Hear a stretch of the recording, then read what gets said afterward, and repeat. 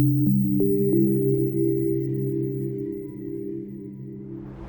hi. Hi. How's it going? I'm so happy to be here. How are you? I'm so happy to have you here. Thanks for joining me.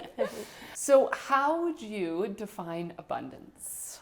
I like that question because I don't think about that very often. I know. But I think for me, abundance would be a life that has balance and quality time with my family and friends, but also really taking time to nurture myself and have a really good balanced self-care as well. And that for me is I love to learn and read, I love to work out and travel. So but I love to work too. So I love to constantly be challenged and be discovering new things. So I'm not ever at rest, at peace. I'm not a peaceful person at rest.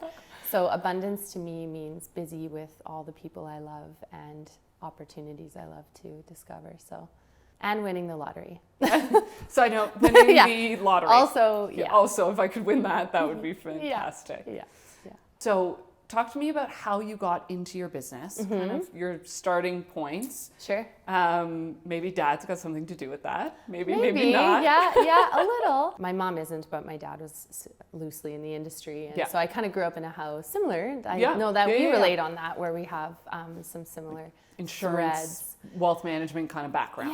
Yeah. And so I always had a desire to learn more about business and money management. And my mom, who's in education and is now retired as of this year, but has been a professor for many years and a dean at one time, was a working woman in an age where growing up I didn't see a lot of moms that were working, and she's quite a scholar and always valued education. So I kind of combined the two, if you will.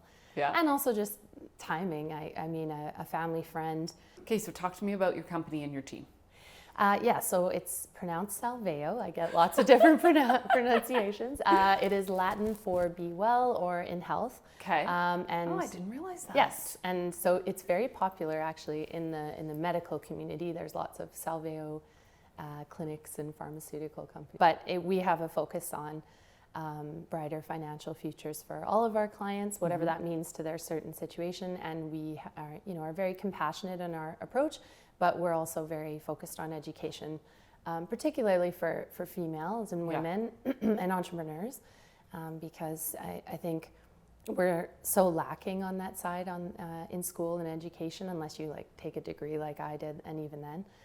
So making sure that we make a more informed consumer and public to the best of our abilities. We do everything from helping first-time homebuyers, which is one of our favorite things to do. It's so exciting. So exciting. So exciting. And property developers, commercial, real estate development, construction, debt consolidation, all the other stuff people assume we do. What does a mortgage broker do? Yeah. Right? What is your role for your clients? Besides getting them a very good rate. There's a lot more to it. Essentially what a broker does, or especially one that dedicates themselves to the client like our team does, is our clients are like family. We really want to be involved from the initial discussion, the discovery call or virtual meeting, all the way through to the day you get the keys and for the entire term beyond. So we're helping transaction facilitate essentially the placement of the mortgage with whatever wholesaler has the best product and price and suits their needs for whatever they're doing. And we guide them through all the milestones of that said transaction, whether it's through a pre-approval, budget discussions, the securing of the financing, and then we're always involved on the back end too with the law firms. We also like to think and operate in what we call a power team. And you're part of that as an extension where, for clients, we want to make sure that we respect the other power people in their team, i.e. you, with their wealth management, their lawyer, sometimes it's family lawyer, accountant in many cases, especially for physicians, prof corps, self-employed people. So we're on the real estate side of the financial piece, but it's nice to have someone that can kind of hold your hand and educate you all the way through. So essentially, yes, we are getting a mortgage in a great low rate, but we're also having big in-depth conversations about this suits you now, but what else can we help you with in the future? And we also like to refer them back to our power teams. So when there's opportunities for them to, set up insurance or invest for the first time or move a book over, that's where we really lean into our network like you. So what are some of the biggest misconceptions that buyers have when it comes to purchasing a property for the mortgage brokering side? Yeah, specifically for my industry, Yeah. it would be that it comes down to overall costs included. Yeah. So our services are free, so we get paid a commission from the lending wholesaler that we do our volume with. Yeah. So that's not a fee they pay, and we explain that to them.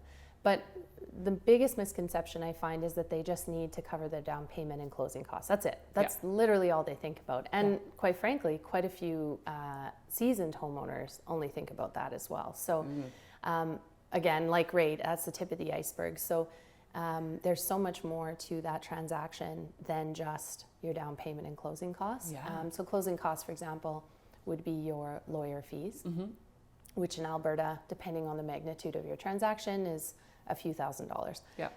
In every other province, with the exception of, here in Saskatchewan, there's land transfer tax. Yeah. There's HOA or condo fees, maintenance and repairs of the property, Yeah. insurance, home and fire insurance, life and disability insurance, property taxes. There's a whole myriad, furnishings and appliances, pest control, Yeah. RPR easement issues. So those are all things that we like to discuss with them from our initial discovery call. Just great, you've got your down payment, but have you also thought of, and we have some educational pieces that we PDF out to them and say, here's your little checklist, make sure you've budgeted for these things. Yeah.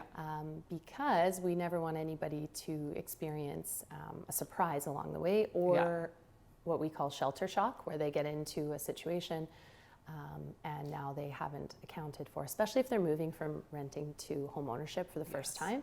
There's a lot of fees that you don't account for as a renter that you will now as an owner. Yeah. So I think the misconception mainly is just how there's so many more costs involved than they think of. Yeah. And that's why people like us will tell them what they are. Yeah. It's huge. Yeah. It's massive. Yeah. Yeah. Top 3 things when purchasing a home. What do you think from, again, always your perspective, like your industry's perspective? Yeah. Because I'm sure realtor might say something else. And honestly, that sort of they'd stuff. probably be Pretty the same close. as me on this. Yeah.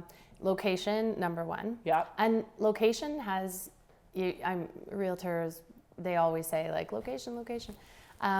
But it's not cheesy, it's true. And the definition of location has evolved post-pandemic because people will choose location based on commutability to work if they're an on-site individual that has to work in the trades or in an office or what the case may be, proximity to schools, etc. But amenities. But location has also evolved, which we're seeing a big press in Alberta, is lifestyle if you are a remote worker. So if you have the ability to work virtually, a location, commutable to work doesn't apply to you. So you could still be in a Toronto or Montreal based industry, but you're living in Calgary, Alberta and hiking on the weekend. So location, I agree, even though I'm on the finance side, is paramount. And it does play into how we actually underwrite those files too. Because if you buy a house and you have to commute to work in a different province, the lender may have some questions. But number 2, I would say budget and affordability, and that's our world. But I would say the realtors would say the same thing. Budget and affordability in the sense that, in an ever-changing price environment, both purchase entry price, affordability, but also rates. And what is your buying power now, and is it worth moving interprovincially or location within a city, but also being mindful that if, and this is where we, again, come back to working with the power teams like you, is are people thinking about purchasing at the top end of their budget to participate, or can we get them something they need and still be able to contribute to other financial goals like investing? And so we're very holistic when we talk to them about affordability. Just because your income and credit can qualify you for X, do you need to spend that? And if you do, can you still do the other goals that you have? And so, budget and affordability second. And third, I don't know, it's kind of, it's I think, resale, which sounds really weird, but exit strategy is important. And what I mean by that, and realtors actually probably would agree with that too, especially in these markets, is making sure that what you buy is marketable in the sense that statistically, a mortgage holder will have that mortgage for 3.65 years. That may extend with these low rates through the pandemic, but it's very rare that a millennial in particular will ever buy their forever home on the first go. Like usually you're between 5 to 10 homes in your lifetime. Really? And so, yes. I never would have guessed that, but then like now that I think about what real estate I've owned. Yeah, if you think of your list, Yeah. like I think I'm at 5 or 6 now myself, but Yeah.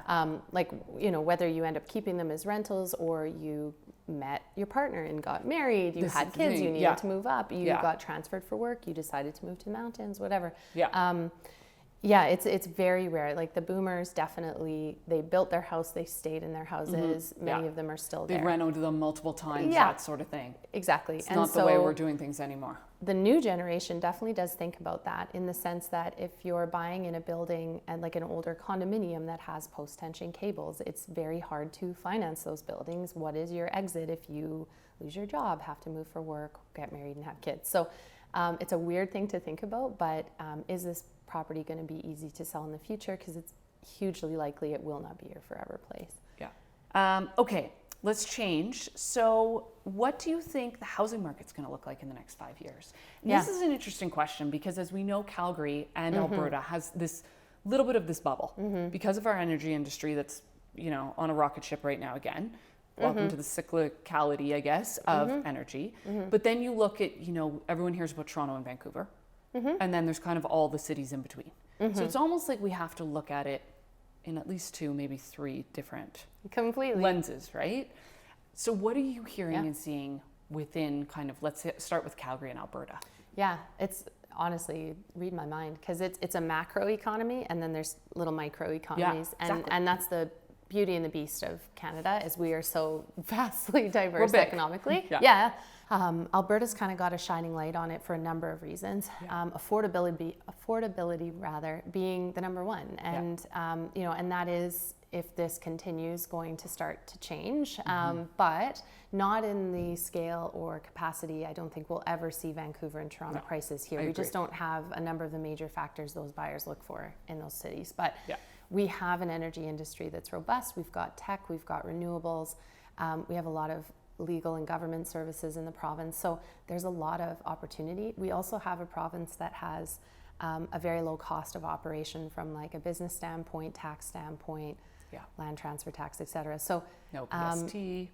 No PST, no LTT, no you know, GST, yes, but at the end of the day, there's also the people that are moving here that are working in other industries that can work remote and love the mountains. So Alberta has a shining light on it in that sense. That's why we're seeing net migration at numbers we haven't seen since the late 80s, early 90s. Like year to date, I think we're at 47,000.